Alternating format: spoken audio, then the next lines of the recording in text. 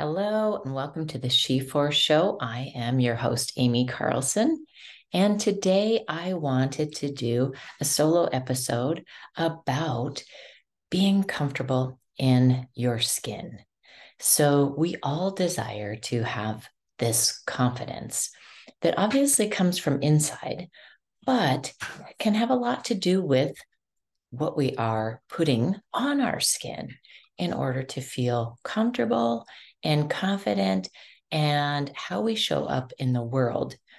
So, for this episode, I especially wore a color that relates to my skin tone. It's not exactly my skin tone, but it relates in the way that it is very similar to my lip color.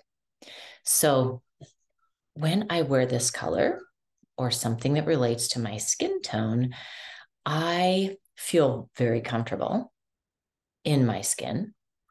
And I have noticed that the way people interact with me, they feel comfortable. They feel an immediate connection, an immediate kind of intimacy that is unexplainable, even if we've never met before. So there's really something special about finding a color that relates to your skin tone. And you can start with that.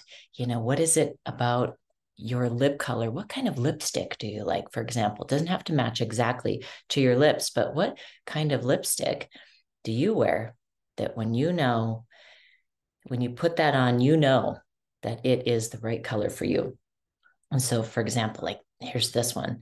And when I put this on, it's very subtle, but I just know it's the right color for my lips. And it definitely relates to a color of the clothing that I wear, that I feel that connection. I'm in my skin. I feel like myself. All of those kinds of sayings. This is how you'll know when you've landed on a color that relates to your skin tone.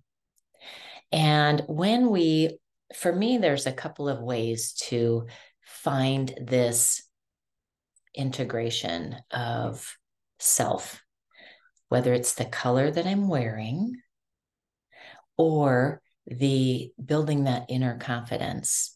And they both have to do with the body, of course.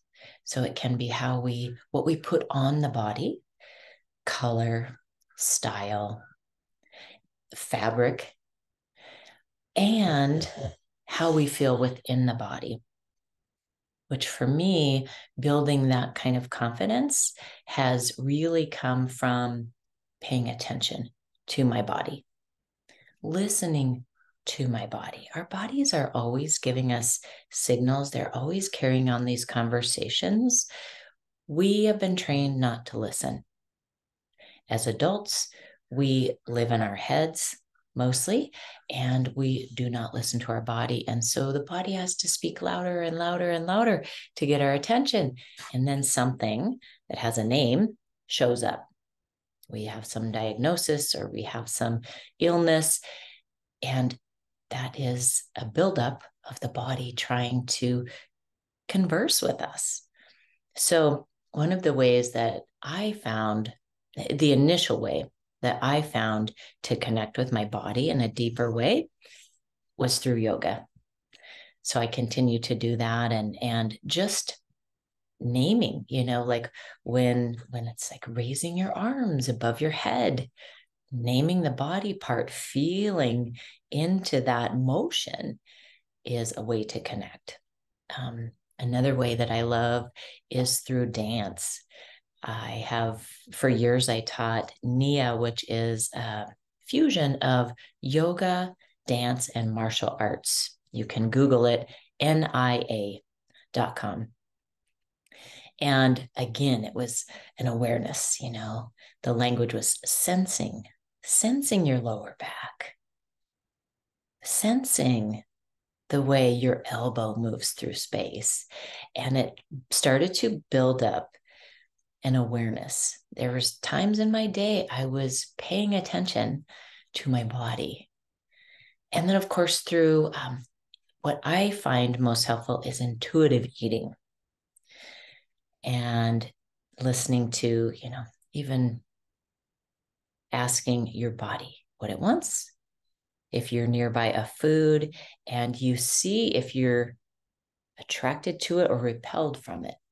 And that's that intuition saying, this is what I need now. And it doesn't always make sense up here. That's how we know when we're working with our body, with our intuition, it doesn't always make logical sense, but it is the language of the body. So the key element in all of this about whether it's what you put in your body nutritionally, what you put on your body for clothing, and how you feel within your body is intuition. Intuitive eating, intuitive dressing, how you dress, intuitive movement. So my challenge for you is to begin to listen. This may happen first thing in your day when you wake up, asking your body how it feels, asking your body for a number, body on a scale of 1 to 10. What's your energy level right now? Putting in place some kind of practice, even once a day, to tune into your body so that you can feel more and more comfortable and confident in your skin. And of course, if you need any resources, sheforcecoach.com is here for you. And I would love to hear about your journey. What works for you? What have you done? What have you tried? Where are you going with your journey of creating a relationship with your body so that you can experience more of your own potential, so that you can know yourself, be yourself, and free yourself. Thanks for listening today.